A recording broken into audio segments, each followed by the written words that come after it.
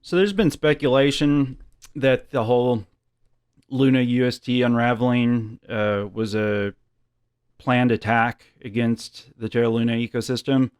One person that was kind of under scrutiny and fingers pointed at him saying maybe he had something to do with it is Justin Sun.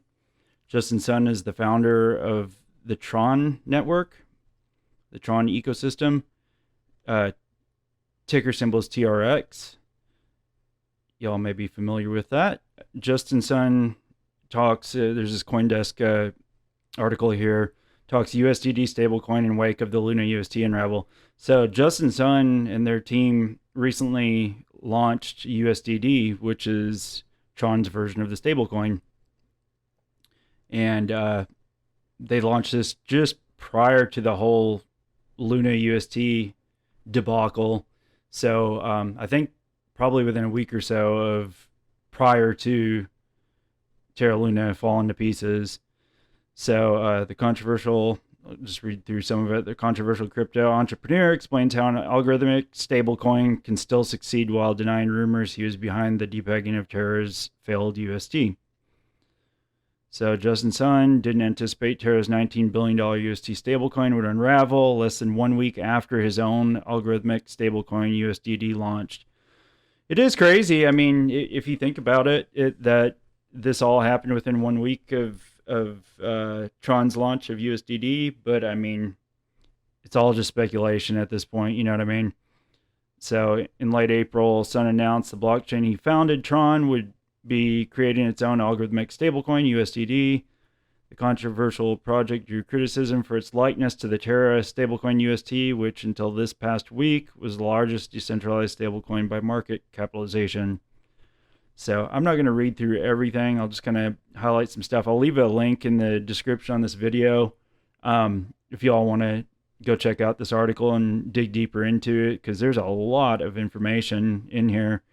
So as of Saturday morning, which was yesterday, the market cap of USDD reached $270 million, which that's just a fraction of what UST was at its high point. But keep in mind, this is only about a week or so old.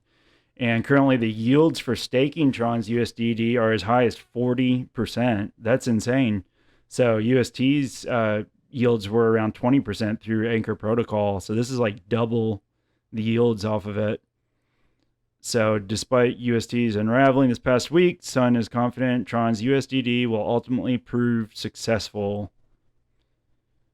Scroll down a little bit more here, guys. So Coindesk, how did you get the idea to launch the decentralized stablecoin? Many critics are calling it a copy of Luna.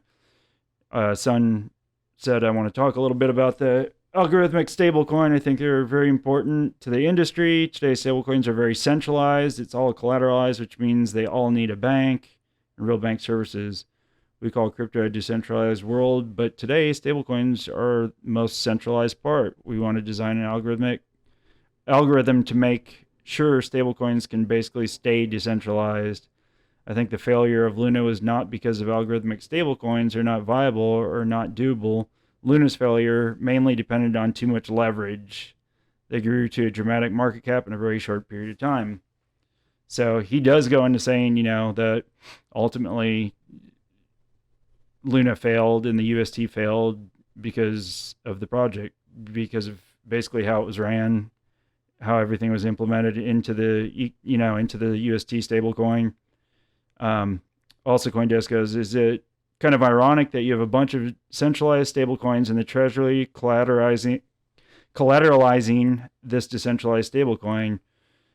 So Sun says we want two safety nets. The first is the algorithm. The stablecoin is primarily backed by the algorithm itself. It basically runs in a decentralized way. But, consider the current market volatility right now. That's why we need a decentralized reserve to try to use the money we have to stabilize the market.